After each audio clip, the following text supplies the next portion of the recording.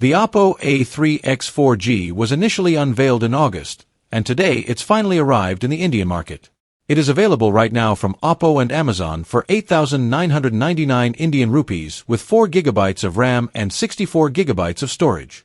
The version with 128 GB of storage goes for 9,999 Indian rupees. It is offered in Nebula Red and Ocean Blue. The phone is advertised to possess MILSTD 810H military-grade shock resistance and multiple liquid resistance, including coffee and soup, thanks to its IP54 rating for dust and splash resistance.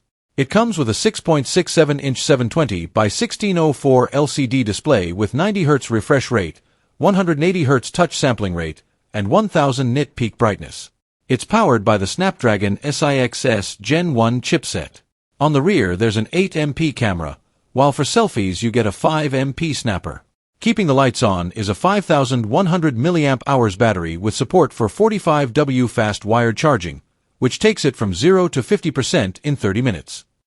As the name implies, there's no 5G connectivity on offer here, but you do get a 3.5mm headphone jack and a fingerprint sensor.